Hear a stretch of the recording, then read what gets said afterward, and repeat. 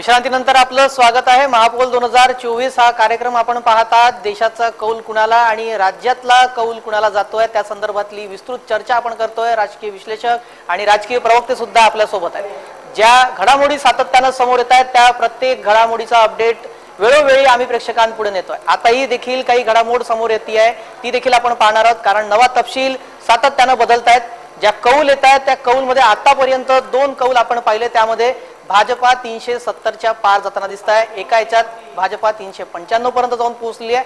जवळजवळ 400 पारचा जो आकडा दिलेला होता भाजपा आघाडी म्हणजेच एनडीए ही पुढे जाताना दिसते। इंडिया न्यूज नुसार जो कल येतोय तो आपण पाहतोय। भाजपा 371 आणि यामध्ये काँग्रेस 195 दिसत आहे। इंडिया न्यूज नुसार 371 आणि 125 काँग्रेस आहे, 25 इतर। इंडिया न्यूज नुसार आपण जो पाहतोय 47 जागांचा हा अंदाज आपण पाहतोय। महापौल 2024 इंडिया न्यूज नुसार भाजपा 371 जाती आहे, काँग्रेस 125 आणि इतर 47 आहे। इंडिया न्यूजचा हा पोल आहे।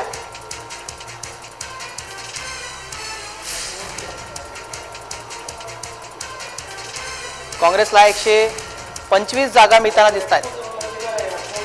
भाजपा आघाडी म्हणजे एनडीए 370 आणि काँग्रेस इंडी आघाडी म्हणजे मोदी विरोधी आघाडी जी आहे ती 125। जवळजवळ 371 जागा एनडीएला मिळताना दिसत आहेत, म्हणजे भाजपा आघाडीला मिळताना दिसत आहेत। तर आता 400 पार साठी माझ्या मते 40 जागा लागतील। काय या संदर्भात भाजपाची पहिली प्रतिक्रिया, कारण आता जवळजवळ पोहोचलेला आहात आणि काय कसं वाटतंय? वेगवेगळ्या सर्वे एजन्सीजने पहिल्या टप्प्यापासून 7व्या टप्प्यापर्यंत झालेल्या मतदानानंतर घेतलेल्या आकडेवारीतनं तयार झालेला हा सर्वे आहे। हा सर्वे मीडियामधून समोर येतोय, जो समोर येतोय तो लोक पाहतात आहेत, त्याबद्दल मला काहीही माझी कमेंट पास करायची नाहीये जी। मला एवढंच म्हणायचं आहे की 4 जूनला ज्यावेळी निर्णय येईल त्यानंतर लगेच पंतप्रधान म्हणून नरेंद्र मोदीजी तिसऱ्यांदा शपथ घेतील। त्यांचा पहिल्यांदा 100 दिवसाचा कार्यक्रम फिक्स्ड होता, तो आता त्यांनी एक्सटेंड करून 125 दिवसाचा कार्यक्रम केलाय, कारण काही तरुणांच्या सजेशन्स आहेत त्या पण त्यांनी इन्क्लूड केलेले आहेत। आमचा पहिल्या 125 दिवसाचा कार्यक्रम सी वोटरचा अंदाज पुढे येतो। सी वोटर नुसार महाराष्ट्राचा अंदाज आपण पाहतोय। राज्यामध्ये महाविकास आघाडीला 23 जागा मिळतील असा अंदाज आहे। सी वोटरचा हा अंदाज आहे जो आपण पाहतोय। महापौल 2024 सी वोटर नुसार महाराष्ट्रामध्ये महायुतीला 24 जागा मिळताना दिसत आहेत। महायुती 24 आणि महाविकास आघाडीला 23 असं हे गणित दिसत आहे। जवळजवळ सारख्याच जागा अंदाज हा दिसतोय सी वोटर नुसार। सी वोटरचा महाराष्ट्रातला हा अंदाज आहे। या संदर्भातली चर्चा आपण करणारच आहोत, मात्र या संदर्भातली चर्चा करण्यासाठी राजकीय विश्लेषकांचं काय याबाबतचं मत आहे माझी सहकारी तेजलकडे मी जातोय। तेजल, तर आता आपण सी वोटरचा सर्वे पाहिला, ज्यामध्ये महाविकास आघाडी आणि महायुती या दोघांनाही जवळपास सारख्या जागा मिळालेल्या दिसतंय। तर फोडाफोडीच्या राजकारणाचा परिणाम म्हणायचा का, माझा प्रश्न जयंत माइंडकर यांच्यासाठी। आपण फोडाफोडीच्या राजकारणाच्या प्रश्नावरती जेव्हा चर्चा झाली तेव्हाच मी त्या प्रश्नाची वाट पाहत होतो। एक रेफरन्स दिला गेला 1978चा। आपण एक वस्तुस्थिती मान्य केली पाहिजे पत्रकार म्हणून की फोडाफोडीच्या राजकारणाची महाराष्ट्रातली सुरुवात ही 1978ला झाली। त्याच्या आधी सुद्धा आयाराम गयाराम हे जे नाव आपल्याकडे फेमस पक्षांतराकरता मानलं जातं, तर ते हरियाणातले कोणीतरी राम नावाचे आज या पक्षात उद्या त्या पक्षात, आणि त्याच्यामुळे काँग्रेसच्या एका नेत्याने की कोणीतरी त्यांनी असं म्हटलं की आयाराम गयाराम फिर से आयाराम। हे आयाराम गयाराम आपल्याकडे होतं। आता जर का आमदार खरेदी सुमारे 1100 आमदार आणि खासदार, हे अगदी अरुणाचल मिझोराम पासून जिथे केवळ 2 आमदार होते तिथे अख्खा पक्ष तुमचा सत्तेवर होता। तुम्ही तुमचे पक्षाचे स्वतःचे 2 आमदार असताना जर का भारतीय जनता पार्टी येऊ शकतं, केवळ गोव्यात 13 आमदार असताना तुम्ही सत्तेवर येऊ शकता, तर एवढे पूर्ण देशाचे गेल्या 10 वर्षात सुमारे 1100 आमदार खासदार खरेदी केले। एक प्रकारे माझ्या शब्दात काँग्रेस असताना जे किरकोळ पक्षांतर होतं ते नरेंद्र मोदी पंतप्रधान झाल्यानंतर देशात आणि देवेंद्र फडणवीस मुख्यमंत्री आणि उपमुख्यमंत्री झाल्यानंतर राज्यात घाऊक स्तरावर सुरू झालेला आहे। हा एकमेव फरक आहे। आपल्याला माहिती आहे चिल्लर दुकान असं किरकोळ दुकानदारी असते आणि घाऊक दुकानदारी असते. एक घाऊक दुकानदारी, आपल्याला घाऊक प्रमाणात आमदार एकदम येत आहेत असं म्हणायला लागेल की एकदम 40 आमदार घेऊन अजित पवार आले, 40 आमदार घेऊन एकाच वेळेला एकनाथ शिंदे आले. एक प्रकारे घाऊक पक्षांतर हे भाजपच्या काळात सुरू झालेलं आहे. 78चे ज्या पक्षांतराचा उल्लेख केला ही फॅक्ट आहे की शरद पवारांनी ते केलेलं होतं. त्यावेळेस 20 आमदार एका पक्षाचे, 20 आमदार दुसऱ्या पक्षाचे, 20 आणि 20 40 अधिक जनता दलाचे, अधिक अपक्ष, असं करून माझं पूल होतं. शेवटी पक्षांतर हे पक्षांतरच आहे. नक्कीच. तर पंतप्रधानपदी मोदी बसल्यानंतर आणि महाराष्ट्रामध्ये फडणवीस आल्यानंतर फोडाफोडीचं राजकारण मोठ्या प्रमाणात सुरू झालं. आताचा नवीन तपशील समोर येतो आहे, तो नवीन तपशील आपण पाहूया. तर यानुसार PMRQ नुसार महाराष्ट्रामध्ये महायुतीला 33 जागा मिळणार असं दिसतंय आणि त्यानंतर राज्यामध्ये महाविकास आघाडीला अवघ्या 15 जागा मिळतील असा अंदाज यानुसार वर्तवण्यात आलेला आहे. तर या संदर्भात नक्की प्रवक्त्यांचं काय म्हणणं आहे आपण जाणून घेऊयात माझे सहकारी श्रेयस यांच्याकडनं. वेगवेगळे कल समोर येत आहे, त्यामध्ये कुठे दिसत आहे की महायुती आणि महाविकास आघाडीला जवळजवळ सारख्या जागा, तर कुठे एकीकडे महायुतीला जास्त तर महाविकास आघाडीला कमी. या संदर्भातला जो कल आहे तो अधिक स्पष्ट होणार वेळेनुसार, जसजसे कल पुढे येतील आणि राज्याचं गणित स्पष्ट होणार आहे. मात्र राज्यामध्ये महत्वाची भूमिका जी आहे ती महाविकास आघाडीचं जे सातत्यानं जो आरोप केला जातोय, पक्ष फोडला. मी शिवबाटाकडून या संदर्भातलं पहिलं उत्तर तुमच्याकडून घेणार की जो सातत्यानं तुमचे पक्षप्रमुख उद्धव ठाकरे बोलतात की बाप चोरला, चिन्ह चोरलं तरी आम्ही उभे आहोत, तर या नव्या चिन्हाला घरापर्यंत पोहोचण्यासाठी शिवबाटा कितपत यशस्वी होणार? सर्वप्रथम मी तुम्हाला सांगू इच्छितो की तुम्ही जर पाहिलं असेल की महाराष्ट्रामध्ये ह्या पक्षातनं त्या पक्षात असे बरेचदा आमदार गेलेले आहेत, पण पक्ष चोरण्याचा कार्यक्रम हा पहिल्यांदाच झालेला आहे. म्हणजे जर तुम्ही पाहिलं तर शिवसेना फोडली गेली आणि पक्ष चोरला गेला, चिन्ह चोरलं गेलं. त्यानंतर राष्ट्रवादी फोडली गेली, पक्ष आणि चिन्ह चोरलं कसं काय नाव देता तुम्ही? कारण निवडणूक आयोग ही स्वायत्त संस्था आहे असं तुम्ही म्हणता, त्यांनी त्यांना बहाल केलाय, ते आता तुम्हाला त्याच्याबद्दल सांगतो. तुम्ही जर चीफ जस्टिस ऑफ इंडिया त्यांनी जे निर्देश दिले होते की याच्या अनुसारच तुम्ही पुढचा निर्णय घ्या, ते कुठले निर्णय मानले गेले का? मी तुम्हाला एक सांगतो ना, म्हणजे महाराष्ट्रात जर तुम्ही पाहिलं तर दिल्लीमध्ये जेव्हा भाजप सरकार आली ना, तेव्हा त्यांना कळलं की महाराष्ट्रात एक असा व्यक्ती आहे जो फोडाफोडीचं राजकारण करू शकतो आणि त्या व्यक्तीला इकडे नावे घेऊनच टाका, फडणवीस साहेब. कारण की आयुष्यात त्यांनी सगळ्यात पहिले काय केलं तर मला महाराष्ट्रातनं विदर्भ वेगळा पाहिजे. म्हणजे मोदी आणि शहांनी एक डोक्यात ठेवलेलं की हा व्यक्ती फोडाफोडीचं राजकारण करू शकतो. त्यानंतर त्यांनी काय केलं की त्यांच्याबरोबर बोलणारे 2-3 पोपट सोडले, जसे की किरीट सोमय्या. त्यांनी काय केलं की ह्या पक्षातल्या त्या पक्षातल्या सगळ्यांच्यावरती हे आरोप करायचे, ते आरोप करायचे. आणि आरोप केल्यानंतर काय झालं? सिद्ध झाले काही, सिद्ध झाले काही कुठे, म्हणून तर ईडीची चौकशी लागली. ईडीची चौकशी झाल्यानंतर तुम्ही काय पाहिलं त्याच्यानंतर तुम्हाला सांगतो, यांनी एक महाराष्ट्र बंद थोडी झाली, चौकशी सुरूच आहे. ऐका ना, एक महाराष्ट्र द्रोही टोळी बनवली. त्या महाराष्ट्र द्रोही टोळीचं काम काय होतं प्रामुख्याने? तर सगळ्यात पहिलं काम होतं इकडचे उद्योगधंदे गुजरातला न्यायचं. दुसरं काय काम होतं यांचं? इकडचे जे महापुरुष आहे त्यांचा सातत्याने अपमान करायचं. त्याच्यानंतर यांनी काय केलं, स्वतःचा एक राज्यपाल इथे आणून बसवला. त्यांनी देखील तेच केलं. आणि हे जेव्हा करत असताना, आता साहेब पण समोरच आहेत, साहेबांचं एक स्टेटमेंट तुम्ही जुनं स्टेटमेंट पाहिलं असेल साहेबांचं की आजकाल मराठी कलाकार जे आहेत, मराठी कलाकार आहेत, हे फोटो काढतात कशाबरोबर तर फर्स्ट क्लासच्या तिकीट बरोबर. म्हणजे यांनी काय केलंय तर महाराष्ट्रातली जी लोक आहेत यांना डॉमिनंट, म्हणजे यांच्यावरती कायम असं एक ठपका ठेवायचं काम केलं. आणि या महाराष्ट्र द्रोही टोळीचा म्होरक्या जो होता ते फडणवीस होते. ठीक. या संदर्भातली एक मोठी घडामोड समोर येते आहे. पोल स्टेटच्या आपण अंदाजानुसार पाहतोय महायुतीला 22 जागा मिळण्याचा अंदाज आहे. पोल स्टेटचा हा अंदाज आहे. महाविकास आघाडीला 25 जागा मिळण्याचा अंदाज इथे बसत आहे. पोल स्टेटचा हा अंदाज आपण पाहतोय. महापोल 2024 पोल स्टेटच्या अंदाजानुसार महायुतीला 22 जागा इथे मिळू शकतात आणि महाविकास आघाडीला जास्त जागा, इथं 25 जागा मिळताना दिसत आहेत. या अंदाजामध्ये महाविकास आघाडीला 25 जागा मिळताना दिसत आहेत.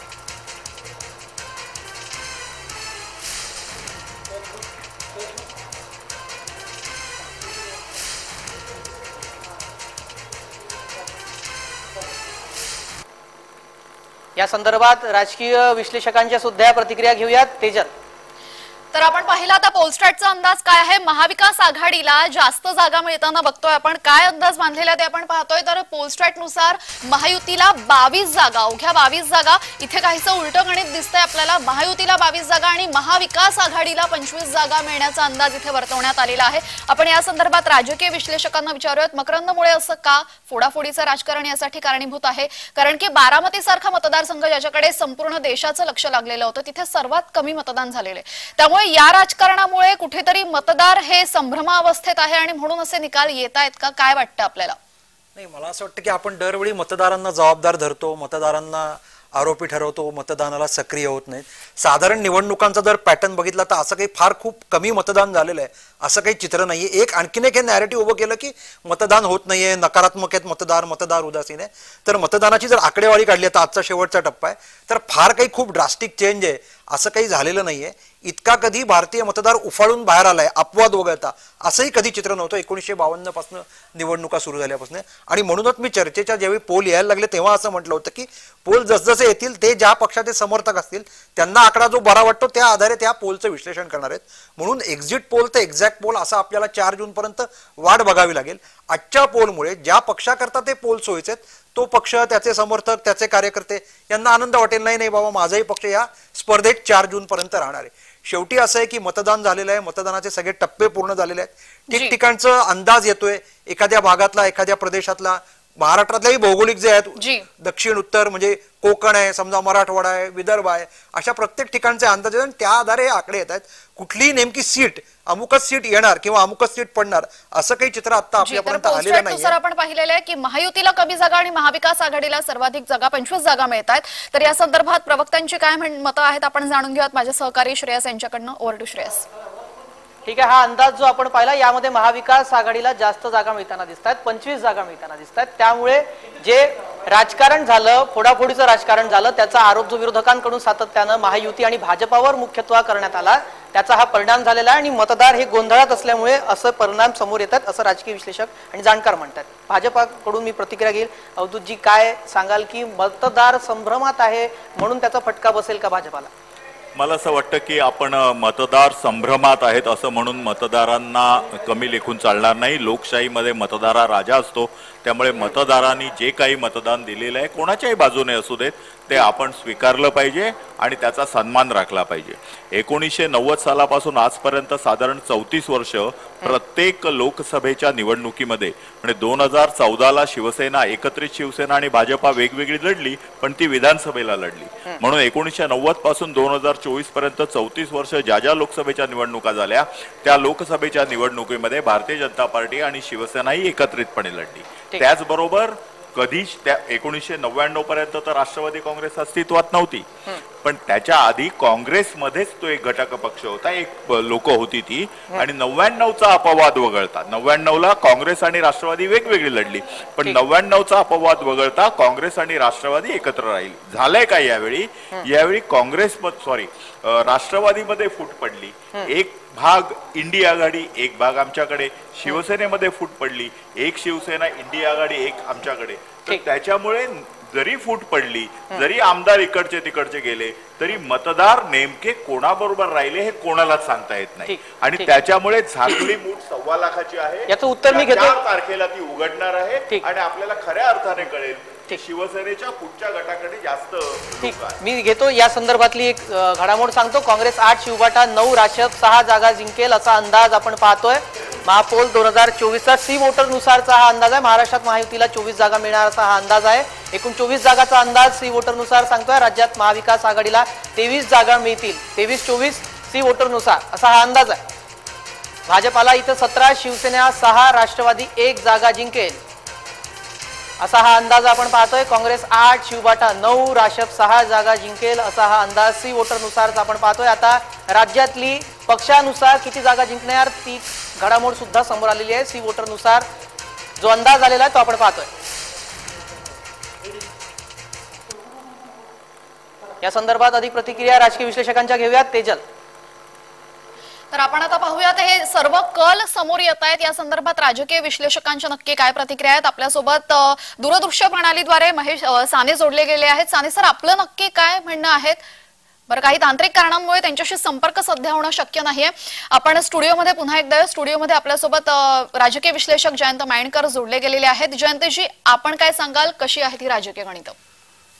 एक प्रकारे बॅलन्स, नेक टू नेक, महायुती आणि महाआघाडी दोन्ही महाच आहेत. दोन्हीकडे 3च पक्ष आहेत ऍक्टिव्ह, ज्यांनी आपापले उमेदवार उभे केलेले आहे. तर महाराष्ट्राचं राजकारण जे 4 पक्षात होतं ते 6 पक्षात झालेलं आहे.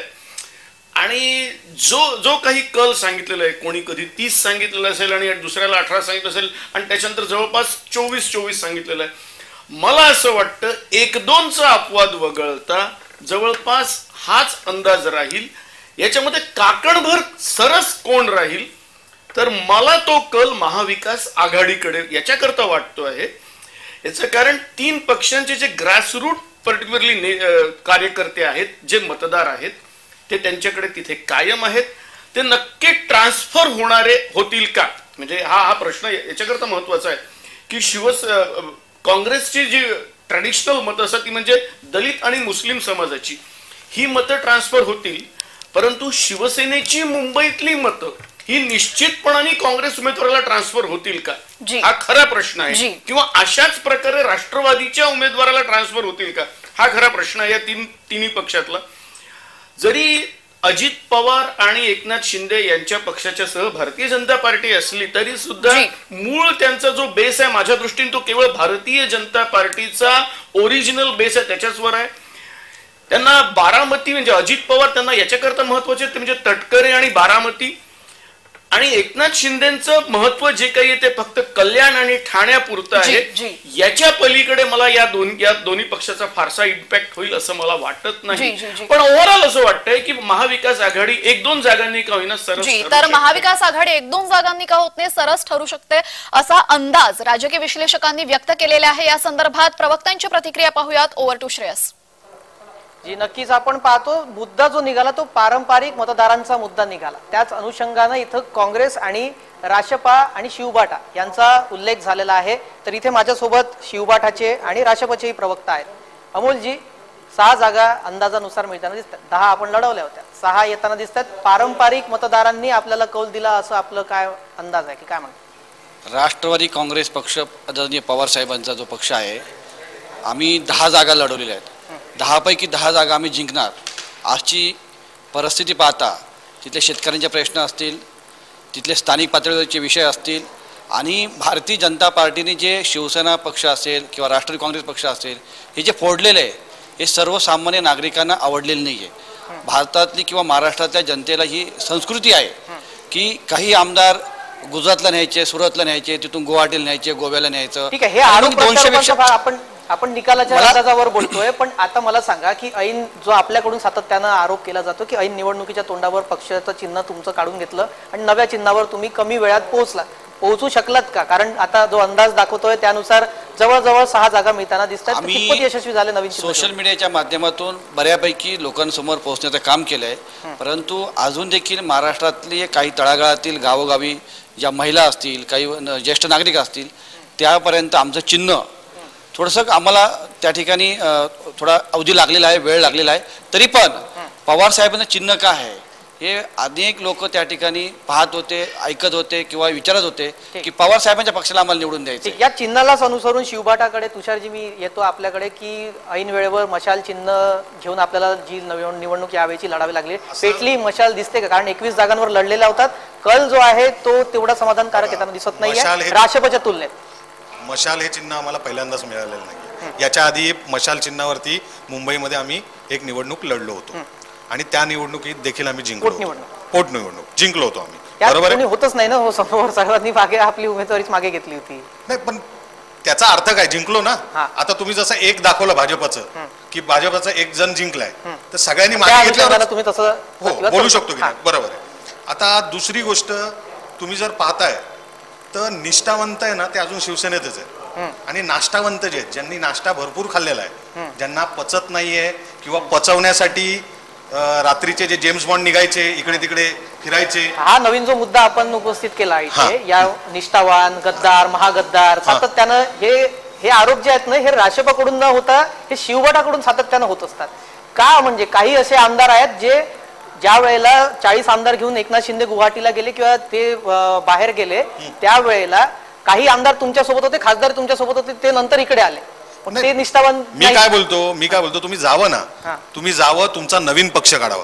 तुम्ही जर स्वतःच्या बळावर जर तिकडे गेलात ना, मग पक्ष चोरण्याचं, त्याच्यानंतर तुम्ही चिन्ह चोरण्याचं हे काम का करावं? कारण ते पक्षाची विचारधारा, पक्षाची भूमिका तुम्ही पुढे घेऊन नाही जात होते, असं उद्धव ठाकरेंवर थेट आरोप करतात. मला एक सांगा, 2014च्या इलेक्शनला स्वतः माननीय शिंदे साहेबच बोलले होते, बीजेपीच्या मांडीला मांडी मी लावून बसू शकत नाही, हा माझा राजीनामा कल्याणच्या सभेमध्ये काढून दिला होता. मग आता का बसले? जर तुम्ही मला सांगतायत हे की काँग्रेस बरोबर आम्ही जाऊ शकत नाही, या राजकारणामध्ये नेत्यांच्या सातत्यानं बदलत्या भूमिका मतदारांना कितपत गोंधळात घालतात? बघा, मी तुम्हाला एक सांगतो, शिवसेनेचे जे पारंपरिक मतदार आहेत ना, ते शिवसेनेकडेच आहेत. आणि याच्यामध्ये आता वाढ होते, कारण की त्यांनी पाहिलंय की आता जो आपण नवीन मतदारच गोंधळात पडलाय अशीच चर्चा करतोय आपण की नाही, शिवसेना. अजिबात गोंधळात नाहीये. तुमचे जे पोल्स आहेत ना, ते 2121 सीट आमच्या येतील. तुम्हाला सांगतो 2121 काय येतील, कारण की आता महाराष्ट्राचा मतदार जो आहे तो सुशिक्षित आहे, तो सुज्ञ आहे. त्यांनी पाहिलेलं आहे की यांनी किती वेळा यांच्या भूमिका बदललेल्या आहेत. त्याच्यानंतर ते पाहतायत की एक व्यक्ती येतो आणि 10 वेळा वेगवेगळे जुमले देतो आणि त्याच्यानंतर एक प्रचाराची लाईन दिली जाते की मोदी की गॅरंटी. अरे, जुमलेबाजाची गॅरंटी कोण घेऊ शकेल? हा, आणि त्यांच्याच नावाने मतं मागितली ना. मला एक सांगा, महाराष्ट्रामध्ये जर तुम्ही मतं मागत होते तर तुम्ही स्वतः उमेदवाराच्या नावावर मतं का नाही मागितली? विकासाच्या कामावर मतं काय मागितली नाही? ही निवडणूक देशाचा पंतप्रधान निवडण्याची आहे. अशा प्रकारे राहुल गांधीच्या नावावर तर मविया की इंडिया आघाडी पण मागतीये ना. मला एकच कळतं, लोकप्रतिनिधी जो आपण निवडून देतो ना, तो आपल्यातला असतो ना, तर त्याचं चारित्र्य बघितलं पाहिजे, त्याचं कॅरेक्टर काय किंवा त्याच्याबद्दल काय माहिती आहे तुम्हाला, त्याच्यावरती तो निवडला गेला पाहिजे. त्याच्यानंतर तिकडे पंतप्रधान कोण बसवायचं ते नंतरचं. पण तुम्ही जेव्हा एखादा उमेदवार, निवडणूक खासदाराची की पंतप्रधान पदाची? खासदारकीची आहे. पंतप्रधान निवडण्यासाठी ही निवडणूक नंतर पंतप्रधान बदलणार, ही खासदार ठरवणार पंतप्रधान. मला एक सांगा, तुम्ही शाळेत पहिले जातात का मॉनिटर पहिले ठरवतात? ज्या वेळेला काँग्रेस स्टुडंट मॉनिटर पहिले ठरवतात. हा मॉनिटर असेल तरच मी त्या शाळेत जाईल असं असतं का तुमच्याकडे कधी? म्हणून मी तुम्हाला सांगतो की ही पहिले खासदारकीची, म्हणजे आमच्यातला जो व्यक्ती आम्हाला संसदेत पाठवायचा, संसदेत म्हणजे काय, भारताच्या ज्या मूळ ठिकाणी आमचे प्रश्न जो उचलू शकेल त्याला आम्ही पाठवतो. नंतर मग तो निवडेल ना, किंवा कुठला पक्ष त्यावेळेस ते ठरवतील की बाबा ह्या पक्षाबरोबर गेलो तर आपलं चांगलं होऊ शकतं. म्हणजे हे कसं आहे की आपल्याला आपला स्थानिक खासदार तिकडे पाठवा. ठीक, मुद्दा आपल्या लक्षात आलेला आहे. या संदर्भात राजकीय विश्लेषकांच्या सुद्धा मी प्रतिक्रिया घेणार. तेजल जी, तर आताची एक मोठी बातमी समोर येते, आपण आधी ते पाहूयात काय समोर आलेलं आहे. कौल समोर येत आहेत, या संदर्भातली एक मोठी बातमी. वेगवेगळे कौल काय सांगतायत आपण बघतोय. राज्यामध्ये काय घडतंय आता पुढची बातमी आपण पाहतोय. जनमतनुसार भाजपा 272 आणि 272 ते 290 भाजपा आघाडीला मिळतील आणि काँग्रेस 72 ते 80 जागा जिंकेल असा अंदाज, असा कौल यांनी व्यक्त केलेला आहे. तर जनमत अनुसार भाजपा 272 ते 290 जागा जिंकेल. गेल्या वेळेसच्या तुलनेत या थोड्या कमी आहेत आणि काँग्रेस 72 ते 80 जागा जिंकेल असा कौल इथे व्यक्त करण्यात आलेला आहे. तर आपण या संदर्भात राजकीय विश्लेषकांचं विश्लेषण ऐकूयात. माझा प्रश्न असेल मकरंद मुळे यांच्यासाठी. तर ज्या पद्धतीने आता बाहेर जी चर्चा झाली की सर्वात आधी आपण नेत्याला बघतो, भारताचं देशाचं प्रतिनिधित्व नक्की कोण करणार आहे त्याच्याकडे बघून बऱ्याचदा लोकसभेची निवडणुकीमध्ये मतदान होतं. सत्ताधाऱ्यांकडनं तर पंतप्रधान नरेंद्र मोदी यांचा चेहरा आहे, विरोधकांकडून तो येत नाही आणि त्याचा परिणाम कुठेतरी होतोय का? कारण की वारंवार असं आपण ट्रोल्स पाहतो, ट्विट्स पाहतो की प्रत्येक वर्षी तुम्ही काय बदलणार आहात का पंतप्रधान, तर याचा मोठा फटका बसताना दिसतोय. निश्चित ज्या प्रकारची आपल्याकडे लोकशाही व्यवस्था आहे, उमेदवार घोषित करण्याची गरज होती, यावेळी विरोधकांना संधी होती, एकवाक्यता करता आली होती. सुरुवातीला ज्या प्रकारे सगळ्यांनी हात उंचावले होते ते हात उंचावण्यात सातत्य ठेवलं गेलं नाही. जो प्रयोग आणीबाणीच्या काळात झाला होता जनता पक्षाचा, तो प्रयोग करण्याची संधी यावेळेस विरोधकांना होती. पण यांच्या इंडिया आघाडीतला मुद्दा होता की पडतं कोणी घ्यायचं, नमतं कोणी घ्यायचं आणि यातला कोणाला पंतप्रधान द्यायचं, याच्यामुळे एकवाक्यता नसली. त्यामुळेच नितीश कुमारांचं जे बाहेर पडणं आहे त्यातला मूळ मुद्दा तो तिथेच आहे. नितीश कुमारांसारखा ज्येष्ठ त्यावेळेस जर नेता म्हणून निवडला गेला असता तर कदाचित इंडिया आघाडीला एक नेता मिळाला असता. इंडिया आघाडी त्यावेळी जनता पक्षासारखा प्रयोग करून एका चिन्हावर निवडणूक आम्ही एकत्र आहोत, एकसंघ आहोत असा निरोप देऊ शकली असती. पण प्रत्येक प्रादेशिक पक्षाला आणि प्रत्येक नेत्याला आपले सुभे आणि परत एकदा जो चर्चा नेहमी होते घराणेशाही, त्याला समर्थन द्यायचं असल्यामुळे हा प्रयोग विरोधक करू शकले नाहीत. जी, तर त्यांनी आता राजकीय विश्लेषकांनी सरळ सरळ असं सांगितलं की नेता न निवडल्यामुळे हा मोठा फटका बसतोय. आपण पुन्हा एकदा बघूयात काय आलेला आहे सध्याचा पोल. जनमतानुसार भाजपा 272 ते 290 जागा जिंकेल आणि आपण पाहतोय काँग्रेसला 72 ते 78 जागा जिंकता येईल. तर आपण जातोय आता श्रेयसकडे. Over to Shreyas. जे कल आपण दाखवतोय त्यानुसार जे आपण वेगवेगळे आकडे पाहतोय राज्याच्या अनुषंगानं आपण इथे चर्चा करायला पाहिजे. सातत्यानं स्क्रीनच्या खाली आपल्याला आकडे दिसत आहेत. आपण ते आकडे पाहतोय. राज्याचा जो सी वोटरनुसारचा जो कल आलेला आहे तो आपण प्रेक्षकांना दाखवतोय. इथं माझ्यासोबत वंचितकडून प्रतिनिधित्व करण्यासाठी फारुखजी आहेत. फारुखजी, जवळजवळ 23-24 47 जागांचा कल आलेला आहे. सगळे दिसत आहेत इथे. शिवबाटा, राशप सगळे आलेत. वंचितला कल मध्ये यायला अजून किती वेळ लागेल? काय जो विश्वास होता? आमचा संघर्षाचा आहे आणि संघर्षाचा मार्ग आम्ही स्वेच्छेने निवडलेला आहे. आणि तुमच्या एक्झिट पोलवर तर आम्ही आधी म्हणलं विश्वास नाही. आणि मी अनेक निवडणुका या चर्चेमध्ये येतोय. मला एक खात्री आणि माहीत आहे की किमान BJPला एकदाचा EVM ना हरवू शकतो, पण एक्झिट पोलमध्ये आम्ही हरवू शकत नाही हे खात्रीलायक सांगू शकतो. कारण एक्झिट पोलमध्ये BJPला कोणीच हरवू शकत नाही. कारण ते पूर्ण BJPनं हायजॅक केलेली यंत्रणा हे सगळ्यात हायजॅक केलेलं आहे असंही म्हणतात. बघा, मी तुम्हाला आता, तुम्ही जर ऐकण्याच्या मानसिकतेमध्ये असाल तर आता ऐकून घ्या. एक्झिट पोल हायजॅक आहेत, मीडिया हायजॅक आहे, इलेक्शन कमिशन हायजॅक आहे, ED हायजॅक आहे, CBI हायजॅक आहे, कोर्ट हायजॅक आहेत. या देशातले लोकशाहीचे जेवढे स्तंभ होते ते सगळं हायजॅक करण्याचं काम केलेलं आहे. म्हणून जर आता या निवडणुकामध्ये BJPला जनता हरवू शकली नाही तर जी संसदेतली निवडणुकीनं हरवायचं होतं BJPला ते जर हरवू शकले नाही निवडणुकांमध्ये तर लोकांना रस्त्यावर उतरून BJPला हरवावं लागणार आहे. त्या पलीकडे काही नाईलाज राहणार आहे. आणि आम्ही त्याच संघर्षाच्या मार्गावरचे असल्यामुळं हम जो संसद में करते हैं वो सड़क पर बहुत अच्छा कर सकते हैं. इसलिए हमारे लिए सड़क की लोकशाही लागतं. ते राजकीय बळ कुठून आणायचं? एक जागा, खासदारकी, मंत्रीपद काही तर प्रामाणिकता हवी. बळ आपोआप जनता उभी करत राहते. बळ कोणाचं स्वतःचं नसतो. आता आपण पाहिलं या चर्चेमध्ये एकमेकाचे कपडे फाडले की तुम्ही कसे पक्ष फोडलेत, तुम्ही कसं आमदार पडवले, तुम्ही कसं खासदार, एक दोघांचे कपडे फाडले ना तुमच्या माझ्या साक्षीनं आपण पाहिलं. म्हणजे आता या सगळ्यांवर मग दोघांची राजकीय नैतिकता, कमिटमेंट कुठे गेली? लोकशाहीचं तुमचे जे कल बघतो मी तेव्हापासून BJP नेहमी संसदीय लोकशाहीला विरोध करत आलेली आहे. प्रेसिडेन्शियल डेमोक्रेसी BJPला हवी आहे. त्यांना द्विपक्षीय राजकारण उभं करायचं. आणि दुर्दैवानं दुःखद बाब ही आहे की या देशामध्ये फक्त धर्मांधतेचं ध्रुवीकरण झालं नाही तर यंदा सेक्युलर मतांचं ध्रुवीकरण सुद्धा झालेलं आहे. म्हणजे आता फक्त राहील तर महायुती आणि नाहीतर महाविकास आघाडीच राहील.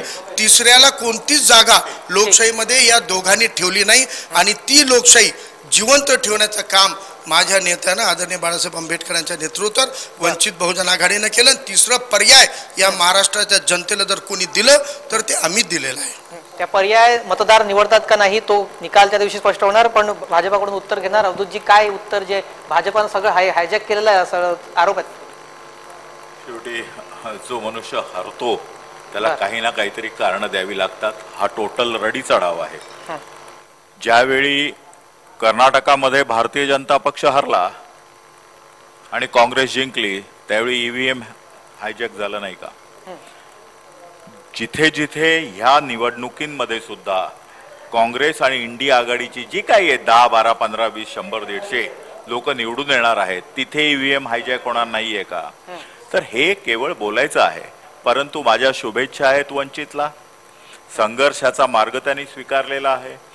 ज्या डॉक्टर बाबासाहेब आंबेडकरांनी या देशाची घटना घालून दिलेली आहे त्या घटनेच्या चौकटीमध्ये हा संघर्षाचा मार्ग आपल्याला स्वीकारावाच लागतो. ठीक, मी या संदर्भातली घडामोड जनतेसमोर सांगतो. रस्त्यावर यायची ठीक आहे. मी तुम्हाला एक पहिले मी तपशील सांगतो. एक मिनिट मी थांबवतो. ही समोरचा कौल आपण पाहू. समोरचा जो कौल येतोय तो आपण पाहतोय. महापौल 2024 जनमतनुसार भाजपा आघाडी 272 ते 290 म्हणजे जवळपास सुमारे 300च्या आसपास जाताना दिसत आहेत. जनमतनुसारचा जो कौल पाहतोय भाजपा आघाडी 272 जाताना दिसत आहेत. जनमतनुसार जो कौल आहे काँग्रेस आघाडी 72 ते 78 जागा येतील असा अंदाज आहे. जनमतनुसार भाजपा आघाडी 272 ते 290 जागा येईल. याच चर्चेला आता पुढे घेऊन जाऊया. भाजपाकडून मी प्रतिक्रिया घेणार, कारण त्या संदर्भात जे आरोप विरोधकांकडून सातत्यानं करण्यात येत होते त्यावर अवधूतजी आपण उत्तर देत होतात की सर्व तुमच्या यंत्रणा ताब्यात आहेत आणि त्यामुळे तुम्ही सर्वांना आपल्याकडे ओढून घेता. 2014 साली भारतीय जनता पक्ष सत्तेवर नव्हता, भारतीय जनता पक्ष विरोधी पक्षात होता, सगळी काँग्रेसकडे सत्ता होती आणि त्यावेळी पण ईव्हीएम ने वोटिंग झालं होतं. भारतीय जनता पक्षाला 283 जागा मिळाल्या होत्या. विरोधी पक्षातली लोक ईव्हीएम हायजॅक करू शकतात का? तर त्यामुळे काही बोलायचं लोकांना कळतं. 14ला आम्ही जिंकलो, विरोधी पक्षात असून जिंकलो. आमच्याकडे सत्ता नव्हती, सीबीआय आमच्याकडे नव्हती, ईडी आमच्याकडे नव्हती, हायकोर्ट आमच्याकडे नव्हतं, सुप्रीम कोर्ट आमच्याकडे नव्हतं, आयटी आमच्याकडे नव्हतं, निवडणूक आयोग आमच्याकडे नव्हतं, सरकार आमच्याकडे नव्हतं. मग आम्ही कसे जिंकलो?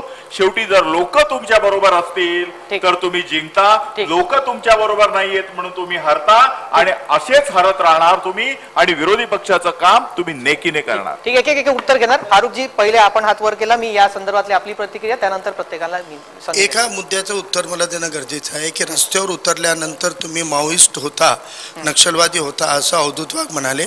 हेच आम्हाला सिद्ध करायचं आहे की जर आम्हाला संसदेमध्ये प्रतिनिधित्व जाण्यासाठी दोघं मिळून आम्हाला संसदेमध्ये जाण्यापासून रोखतील आणि जेव्हा आम्ही रस्त्यावर उतरून जनसामान्यांची भूमिका मांडू तेव्हा मग आमच्यावर नक्षलवादाचे, आतंकवादाचे आरोप करून जेलमध्ये टाकायचं.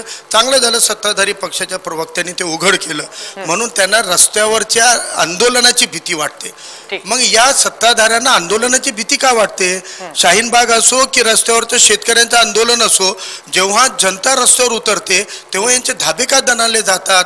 त्यांना लोकशाही मधलं अभिव्यक्ती स्वातंत्र्य, आंदोलनाचं स्वातंत्र्य मान्य नाही का? हा पहिला मुद्दा. दुसरा मुद्दा तुम्ही यांनी मांडला की ईव्हीएम नाही, पूर्ण एक तपशील मी जनतेसमोर एक अपडेट देतो, त्यानंतर परत येतो. अपडेट देतो त्यानंतर मी परत येतो. जनमतनुसार अनपेक्षित यश इतरांना मिळताना दिसत आहे. जनमतनुसारचा जो कौल आपण तो पाहतोय. जनमतनुसार भाजपा आघाडी 272 ते 290 जागा जिंकेल, हा कल आपण पाहतोय. जनमतनुसारचा जो कौल आहे तो पाहतोय. जनमतनुसार काँग्रेस आघाडी 72 ते 78 जागा जिंकेल, म्हणजे 100च्या आत काँग्रेस आघाडी. जनमतनुसार भाजपा बहुमताच्या जवळपास पोहोचलेली आहे. जनमतचा जो अंदाज आहे त्यामध्ये भाजपा आघाडी जवळपास बहुमतच्या आसपास पोहोचलेली आहे. जनमतनुसार काँग्रेस आघाडी ही मागे जाताना दिसत आहे, बहुमतापासून बरीच दूर आहे. जनमतनुसारचा जो कौल आहे तो आपण पाहतोय. 290 जागांपर्यंत भाजपा आघाडी जाऊ शकते, काँग्रेस आघाडी फार तर 78 जागा. या संदर्भात राजकीय प्रवक्ते आहेत माझ्यासोबत, त्यांच्याशी चर्चा मी पुढे कंटिन्यू करतो.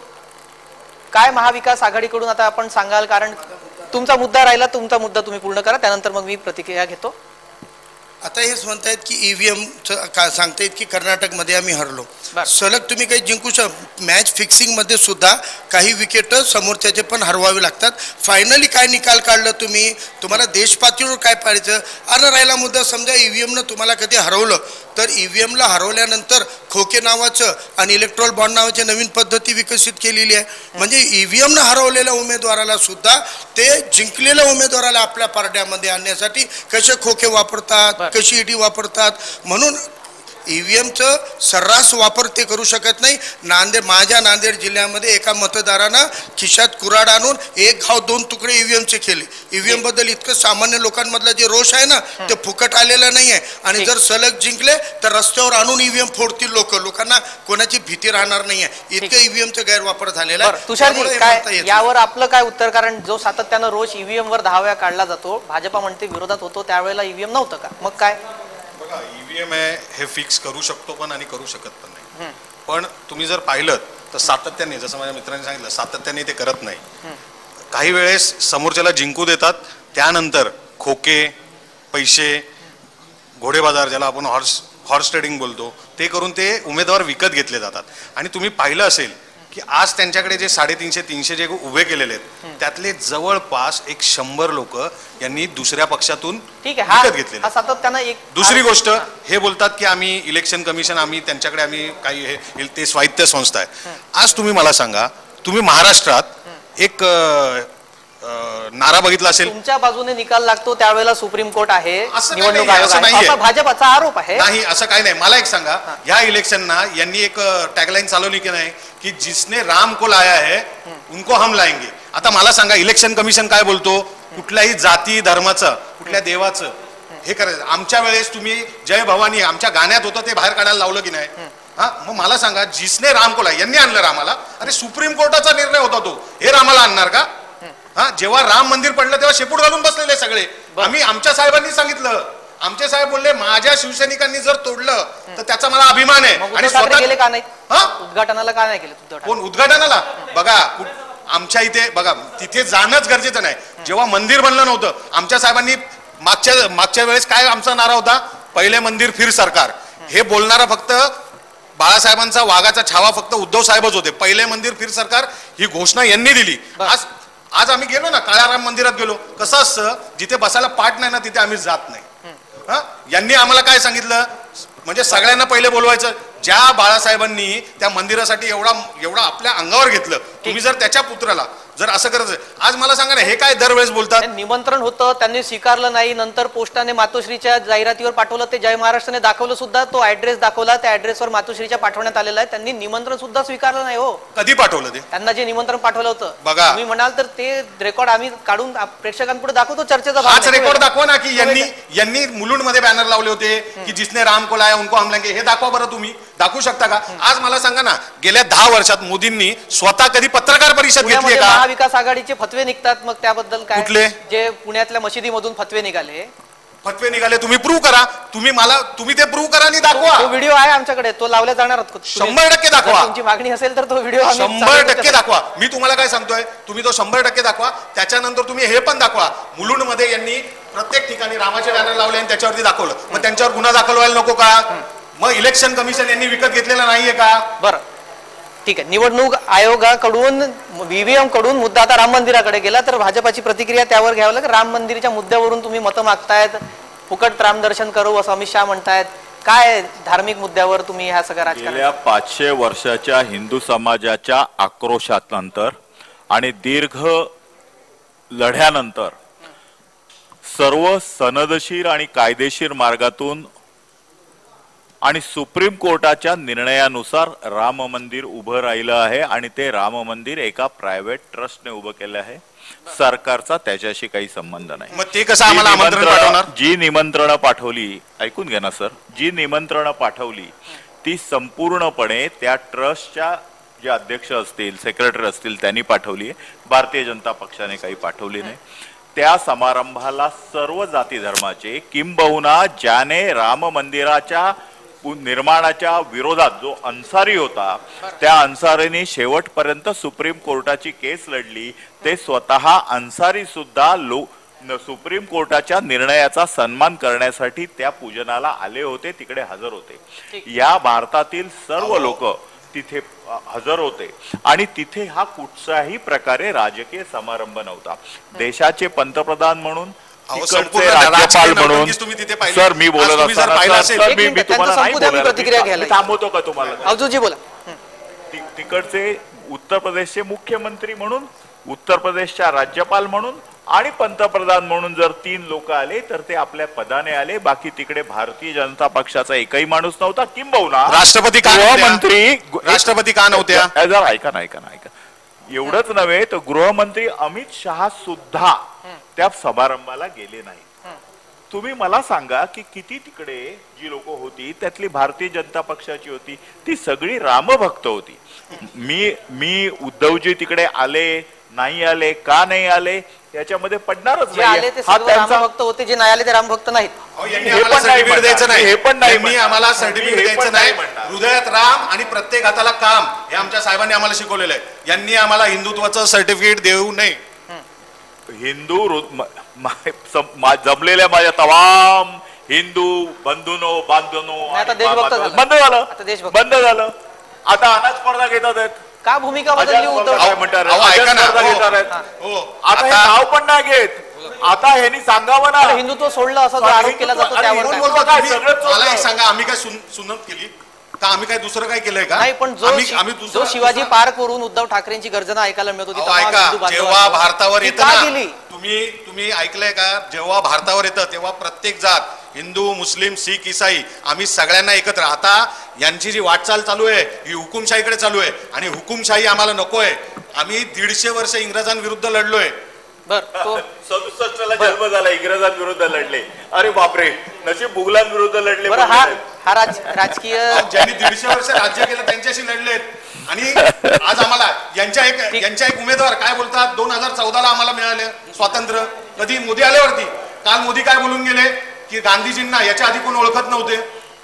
जेव्हा त्यांचा मूवी आला, गांधीजी पिक्चर आला, त्याच्यानंतर ओळखायला लागले. ठीक आहे, हे राजकीय आरोप प्रत्यारोपाचा भाग झाला. पण मुळात जो मुद्दा आहे की राम मंदिरावरून जे राजकारण केलं जात आहे ते नेमकं त्या मतांसाठी का केलं जात असावं, विरोधकांकडून असो किंवा सत्ताधाऱ्यांकडून. आजपर्यंत आम्ही कुठल्याही जाती धर्मावरती मतं मागितलेली नाही. आम्ही मतं फक्त विकास कामांवर मागितलेली आहेत. आणि मुंबईची किंवा महाराष्ट्राची जनता विकास कामांवर बोलताना कमी आरोप करताना जास्त दिसतात. आजपर्यंत जास्त आम्ही जर विरोधातच होतो.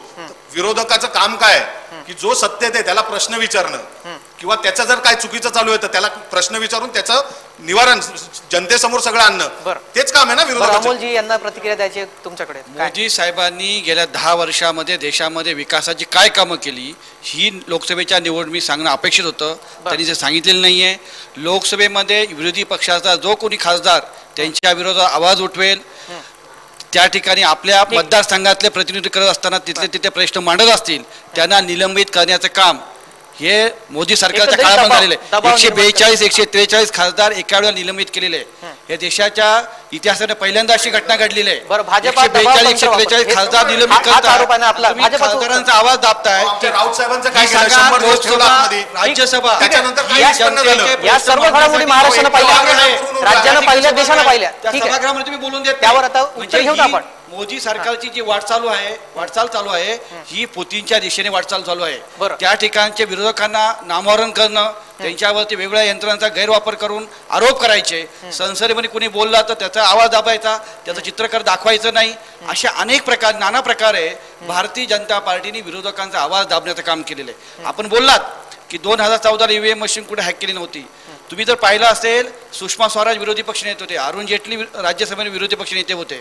त्यावेळेला ते जे काय बोलत होते संपूर्ण देशामध्ये त्यांची भाषणं ऐकली जात होती. आज मागच्या 10 वर्षामध्ये लोकसभेमध्ये राज्यसभेमध्ये विरोधी पक्षाच्या खासदाराचं कुठेही भाषण दाखवलं जात नाही किंवा ऐकवलं जात नाही किंवा तो व्हिडिओ देखील बंद केला जातो, कॅमेरा बंद केला जातो. असे अनेक प्रश्न आहेत. एक प्रश्न आहे, तुम्ही मला सांगा तुमच्या चॅनलनी किंवा इतर पत्रकार मोदींनी गेल्या 10 वर्षात प्रेस कॉन्फरन्स घेतली का? त्यांनी प्रायव्हेट कुठलाही चॅनल असेल ना पत्रकारांना उत्तर दिली का? इतके उत्तर दिली का? वाहिनीमध्ये उत्तर दिली का? त्यांनी फक्त मन की बात केली आहे, जन की बात कधी केली आहे? गेल्या महिन्याभरापासून जर का तुम्ही त्यांच्या मुलाखती उघडून बघितल्या तर दिसतील तुम्हाला. विकास करत असेल तुम्ही मारल्यासारखं करायचं, मी रडल्यासारखं करायचं. बरं, हा तुमचा आरोप झाला ना. ठीक, मला उद्या तुम्ही बघताय ना, हा उलटा लावून दाखवा. उद्या हा उलटा लावून दाखवा, लगेच तुम्हाला फोन येतील की नाही बघा. हे आजपर्यंत गेल्या 60 वर्षात 70 वर्षात कधी झालेलं नाहीये. एकंदरीत याचा मूळ जर काढायला गेला तर आवाज दाबण्याचा प्रयत्न भाजपाकडून केला जातो. उत्तर द्या अवधूतजी. 1975 ते 1977 या 27 महिन्यामध्ये संपूर्ण विरोधकांचा नुसता आवाजच दाबला नाही तर जयप्रकाश नारायण सारख्या वयोवृद्ध स्वातंत्र्य सैनिकाला तुरुंगात डांबण्याचं काम ज्या काँग्रेसने केलं त्या काँग्रेसचे मित्रपक्ष आज आम्हाला सांगतात की आम्ही विरोधकांचा आवाज दाबू. त्यावेळी मीडियाला अग्रलेख लिहायची बंदी होती. अटल बिहारी वाजपेयींपासून लोकमान्य टिळक, मोहन दारिया, चंद्रशेखर, किती नावं सांगू, या सर्वांना आतमध्ये का टाकलं? अलाहाबाद कोर्टाचा निर्णय आल्यानंतर तो निर्णय बदलून अलाहाबाद कोर्टाने निर्णय दिला होता की रायबरेलीला इंदिरा गांधींची जे जिंकले आहेत त्या चुकीचे आहे आणि राम त्यावेळी जे हे होते त्यांचं नाव आठवत नाही मला, त्यावेळी त्यावेळी जे झाले होते तर त्यावेळी काय झालं होतं तिथे भारतीय जनता पार्टीचा त्यानंतर तिथे सर्वोच्च न्यायालयाने निकाल दिला. लोकतंत्र तेव्हा होतं, त्यावेळी सर्वोच्च न्यायालय चांगलं तानाशाही भारतीय जनता पार्टी निर्णय दिलेला नाही, मग का त्यांना मिळालं? सर्वोच्च न्यायालयाच्या निकालानुसारच ते राहुल नार्वेकरांकडे त्याचा पूर्ण खटला गेला. त्याच्या विरुद्ध त्याच्यामध्ये तुम्हाला मी सांगतो, कोर्टामध्ये ऐका. काय- आणखी तुमची याचिका ती गेलेली आहे त्या संदर्भातला जो आमची याचिका अजूनही कोर्टात आहे. याचं उत्तर देतो तुम्हाला. बघा, कोणता पक्ष जेव्हा स्थापन होतो त्या पक्षाचा सभासद व्हावा लागतं.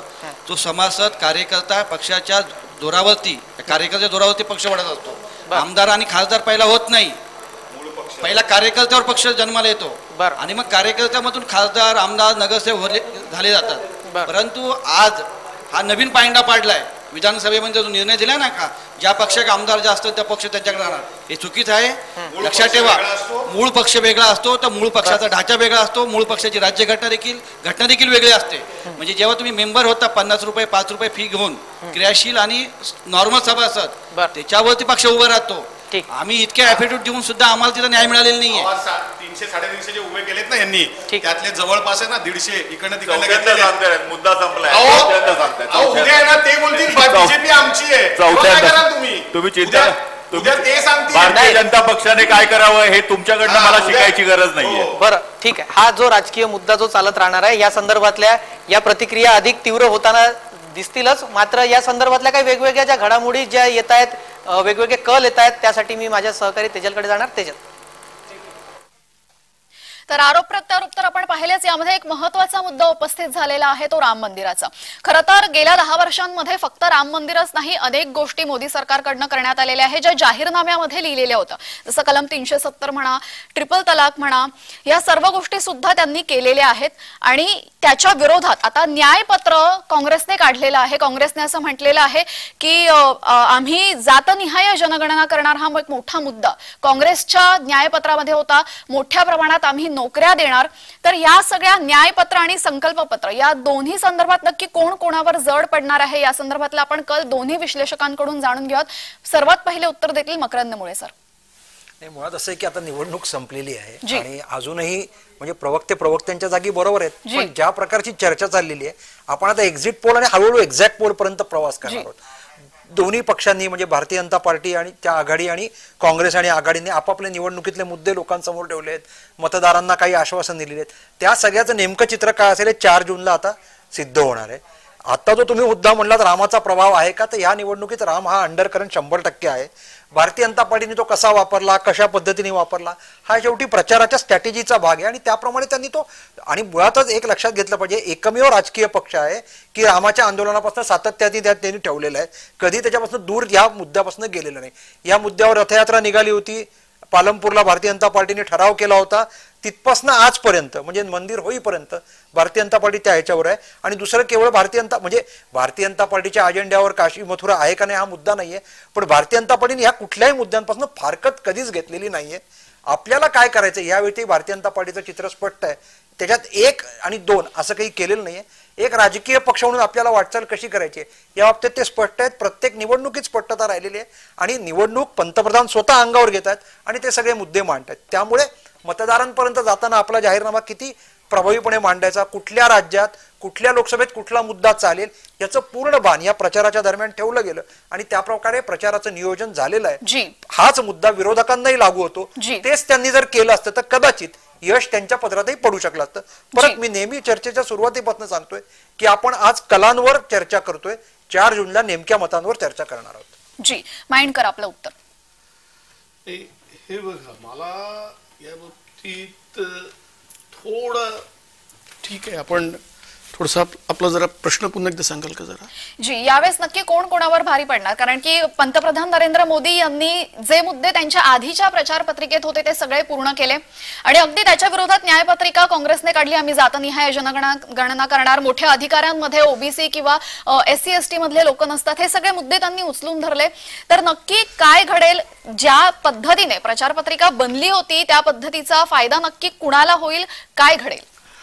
मला असं वाटतं याच्यापेक्षा जो एक राम मंदिराचा मुद्दा आधीच्या डिस्कशन मध्ये आणि आता या माझ्या मित्रांनी सुद्धा मांडला, राम मंदिराचा मुद्दा हा आज 2024च्या नाही तर 1989च्या इलेक्शन पासून भारतीय राज्याच्या भारतातल्या कुठल्याही निवडणुकाचा एक अविभाज्य घटक आहे.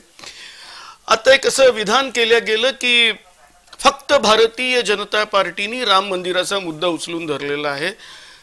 तो उचलून धरलाय कशा करता तर तिथे एक्झिस्टिंग मशीद पाडून तिथे मंदिर उभारण्याकरता त्यांनी हातात घेतलेलं असेल. ऍक्च्युली 1985लाच शिलान्यास झालेला होता, राम मंदिराचे दरवाजे उघडण्यात आलेले होते आणि ते करण्यात आलेलं होतं राजीव गांधी पंतप्रधान जे काँग्रेसचे होते तेव्हा. त्याच्यामुळे केवळ भारतीय जनता पार्टीनी हा घेतलेला आहे. तर मला असं माझं व्यक्तिगत मत असं आहे की भारतीय जनता पार्टीनी हा मुद्दा केवळ आणि केवळ इलेक्टोरल गेन्स करता हातात घेतलेला होता आणि ते मंदिर बांधून झाल्यानंतरही 2024ला सुद्धा अंडर करंट जे ज्याला म्हणतात तो अंडर करंट नाहीये, तोच ओव्हर करंट आहे. बघा आम्ही राम मंदिर केलेलं आहे आणि हे सर्व एका विशिष्ट समाजाला टार्गेट करण्याकरता. बघा आम्ही आर्टिकल राम मंदिराचा हा मुद्दा खरं तर अंडर जी जी जी जी 1985 म्हणजे राजीव गांधी म्हणजे राहुल गांधी यांच्या वडिलांचं श्रेय राहुल गांधींना आत्ता घेता आलं असतं. ते तिथे उद्घाटनाच्या प्राणप्रतिष्ठेच्या कार्यक्रमाला जाऊ शकले असते. काँग्रेस त्या कार्यक्रमाला गेलेली नाही. जी नाही, हे बघा हे कसं होतंय म्हणजे माझं म्हणणं असं आहे की भारतीय जनता पार्टी किंवा विरोधक काँग्रेसनी कसं वागावं हे डिक्टेट का करावं. काँग्रेसच्या पद्धतीने वागेल. नाही तुम्ही असं या म्हणजे जे मगाचे मी वाक्य सांगितलं की पिचही आम्ही तयार करायची, बॉलिंग आम्ही तुम्ही सांगा आम्ही सांगू तशीच टाकायची, स्विंग करा की स्पिन करा, तुम्ही बॅटिंग कशी करायची हे असं नसतं. माझ्या दृष्टीने राहुल गांधी त्यांच्या स्टाईलने वागले. ही वस्तुस्थिती कदाचित मी पण मान्य करेन की अनेक वेळा मला असं वाटतं की राहुल गांधींनी हे विधान करायला नको होतं जे नेहरूंच्या एका लिगेसीच्या विरोधातलं आहे. पण ते नेहरूंनी त्यांच्या काळात केलेलं असेल, हे यांच्या काळात करत आहे. प्रत्येक जण प्रत्येक काळात अनुसरून ते आपापलं करतात. मला असं वाटतं की राम मंदिराच्या या मुद्द्यामुळे भाजपाला फायदाच होईल आणि भाजपाने जाणून बुजून इलेक्शनच्या जवळपास हा मुद्दा आणला असंही यावेळेस राजकीय विश्लेषकांनी सांगितलेलं आहे. आपण प्रवक्त्यांची मतं जाणून घेऊयात. Over to Shreyas. तेजल, राम मंदिरच्या मुद्द्यावर जी निवडणूक झाली त्या संदर्भात प्रवक्त्यांच्या प्रतिक्रिया घेतल्या, त्या संदर्भातलं राजकारण जे झालं त्या संदर्भात आरोप प्रत्यारोप झाले, त्याच्या फैरी झाल्या. मात्र या राज्यातल्या निवडणुकीमध्ये महत्वाचा जो आरोप सातत्यानं फिरताना दिसतोय तो म्हणजे असा की पक्ष फोडला, इकडचे उमेदवार तिकडे घेतले. एक जागा वाटप इथे महत्वाचा भूमिका बजावते. कारण जागा वाटप ज्या वेळेला झालं त्यावेळेला नाराजी नाट्य त्यानंतर पुढे आलं, मग त्यानंतर पक्षांतर झाले. तर वंचित कडून फारुखजी माझ्यासोबत आहेत. तर आपल्याकडेही असं झालेलं आहे, मनसेकडून सोडचिठ्ठी मनसेला देत इकडे तुमच्याकडे हे आले वसंत मोरे पुण्यात, त्यानंतर उत्कर्ष रूपते शिर्डीमध्ये काँग्रेसला सोडचिठ्ठी देत आल्या. तिकडे हे सगळं चालतं, पक्षांतर झालं कारण ते नाराजीमुळेच आलेल्या होत्या, कारण त्यांना तिकडे उमेदवारी नाही मिळाली म्हणून. मग ते विचारधारा, मग त्यांचा संघर्ष, ते तुमची विचारधारा अवलोकनतील, हे असं सगळं तुम्हाला चालतं का हे फक्त तुम्ही निवडणुकीपुरतेच केलं होतं? जनतेच्या हितामध्ये काम करणारे जे कार्यकर्ते असतात ना त्यांना राजकीय पक्ष न्याय देत नाहीत. बरं. आणि जेव्हा त्यांना न्याय भेटत नाही तेव्हा त्यांना कळते की प्रस्थापितांची चाकरी केल्यानं आपल्याला आलेली सुवर्ण संधी हुकवावी लागते आणि ती हुकलेल्या संधीला पुन्हा जिवंत करण्याचं काम आदरणीय बाळासाहेब आंबेडकरांनी केलं. जर मनसे सोडून त्यांना सगळे पक्ष म्हणत होते आमच्याकडे या, पण उमेदवारी मागितल्यावर सगळे पक्ष म्हणत होते आमच्याकडे येऊ नका. त्यावेळेला आदरणीय बाळासाहेब आंबेडकरांनी ते औदार्य दाखवला. एक चांगल्या कार्यकर्त्याला लोकशाहीमध्ये निवडणूक लढण्याची आणि स्वतःला सिद्ध करण्याची संधी देण्याचं काम हे आदरणीय बाळासाहेब. म्हणून मी मागेही म्हणलं की तिसरा पर्याय हा लोकशाहीमध्ये जिवंत ठेवणे हे लोकशाहीची प्राणवायू वाढवण्यासारखं असते आणि अशा वेळेला त्याची गरज असते. माझ्यासारख्या सामान्य कुटुंबातल्या कार्यकर्त्याला विधानसभा आदरणीय साहेबांनी दिली. मी तुम्हाला खात्रीनं सांगतो यापैकी कोणताही पक्ष माझ्यासारख्या सामान्य कार्यकर्त्याला तिकीट देऊ शकत नाही. 20 वर्ष कार्यकर्ता म्हणून जगत असताना मला खात्री होती की आपल्याला कोणताही पक्ष तिकीट देणार नाही, किमान निवडून येण्यासारखा मतदार मिळवून देणारा पक्ष देऊ शकणार नाही, पण ते वंचित बहुजन आघाडीनं दिलं आणि मतदानही मिळवून दिलेलं आहे. तर एखाद्या निवडणुकीत एखादा कार्यकर्ता लढतो, तो जिंकला तर आमदार खासदार बनेल, पण तो हरला तरी त्या समाजाचा नेता बनतो, समाज घटकांचा नेता बनतो आणि असे नेते घडवण्याची फॅक्टरी आदरणीय बाळासाहेब आंबेडकर वंचित बहुजन आघाडीच्या नावाने जी चर्चा करत होतो त्या संदर्भात राष्ट्रपकडून उत्तर अमोलजी तुमच्याकडून घेणार, कारण तुमच्याकडे सुद्धा वसंत मोरे आलेले होते. कार्यकर्ता काम करणारा वंचितने ओळखला, राष्ट्रपला का नाही ओळखता? नाही, ती जी जागा होती पुण्याची ती काँग्रेसची जागा होती, त्यामुळे आमचा काही संबंधच नव्हता त्या ठिकाणी.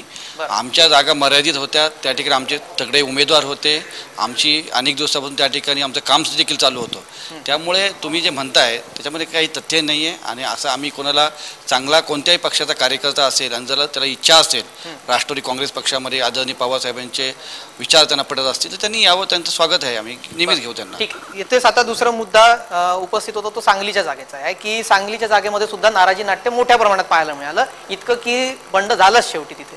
विशाल पाटील अपक्ष गेले, चंद्रहार पाटलांना तिथं आता फटका बसणार कारण तुम्ही तिथं ठाम राहिलेत. काय म्हणजे तुमची चर्चा अशी होती, काय इतकं तुमचा हट्ट होता दोन्ही पक्षाचा की तिथं शेवटी तिढा सुटलाच नाही? विशाल पाटील आहेत ना, ते काँग्रेसने ती सीट आहे ना ऑलरेडी सोडून दिलेली होती, बरोबर? काँग्रेसने सोडून दिली होती? नाही, आपलं यांनी विशाल पाटील काँग्रेस हा त्यांनी म्हणजे ते तर आतापर्यंत अपक्ष गेले तो. नाही, जागा वाटपापर्यंत काँग्रेस आग्रही होती. विश्वजित कदम सातत्यानं भूमिका मांडताना दिसत होते की बा ही जागा आम्ही काही झालं तरी आम्ही सोडणार नाही. मग तसं जर झालं असतं ती जागा परस्पर तिकडे उद्धव ठाकरे यांनी चंद्रहार पाटलांची उमेदवारी घोषित करून टाकली. आम्हाला जागा मिळाल्याशिवाय आम्ही घोषित कशी करणार? बरं, तुम्हाला जागा मिळाली होती, हो, तरीही जो बंड होता तो सांगलीतला थंड करता आला नाही. आता बघा तो जो उमेदवार, बरं याचा फटका बसणार नाही 100% चंद्रहार पाटलांना? नाही बसणार, कारण ते नौखे आहेत. असं काही नाही होणार आहे, 100% जिंकणार आमची व्यक्ती तिकडे. कारण हे या आधी सुद्धा उद्धव ठाकरेंनी विश्वजित कदम व्यासपीठावर उभे बसलेले असताना स्वतः कबूल केलेलं आहे की विश्वजितने जर का मला उमेदवारी मागितली असती तर मी त्यांना खुशी खुशी दिली असती. बघा आता मला माहितीच नव्हतं की बा ते इच्छुक आहेत असं त्यांचं म्हणणं होतं. बघा पक्षप्रमुख जे आहेत आमचे, त्यांनी काहीतरी विचार करूनच तसं बोललं असेल, त्यांनी त्यांच्यातली क्वालिटी ओळखली असेल. जर ते सगळं असेल त्याच्यामध्ये तर ते 100% त्यांना तिकीट देणार असतील. पण आज जर ती जागाच आम्हाला मिळालेली आहे, जागा जर आमच्या शिवसेनेला दिली असताना दुसरा उमेदवार आम्ही कसा घेणार? आमच्या शिवसेनेतल्या जो जसं हे बोलले की सामान्य कार्यकर्त्याला पण आम्ही न्याय देतो, तसं तिथे आमच्या साहेबांनी सामान्य कार्यकर्त्याला न्याय दिलेला आहे. ठीक. आता ती सांगलीची जागा, तिथे मतदार कुणाला कौल देणार ते येत्या काळात स्पष्ट होणार, 4 तारखेला स्पष्ट होणार आहे. मात्र या चर्चेमध्ये एका विश्रांतीची वेळ झालेली आहे. या विश्रांतीनंतर काही नवे गेस्ट आणि नवे पाहुणे आपल्यासोबत चर्चेसाठी असतील. आता सध्या विश्रांती घेतोय. सर्व प्रेक्षकांना जय महाराष्ट्र.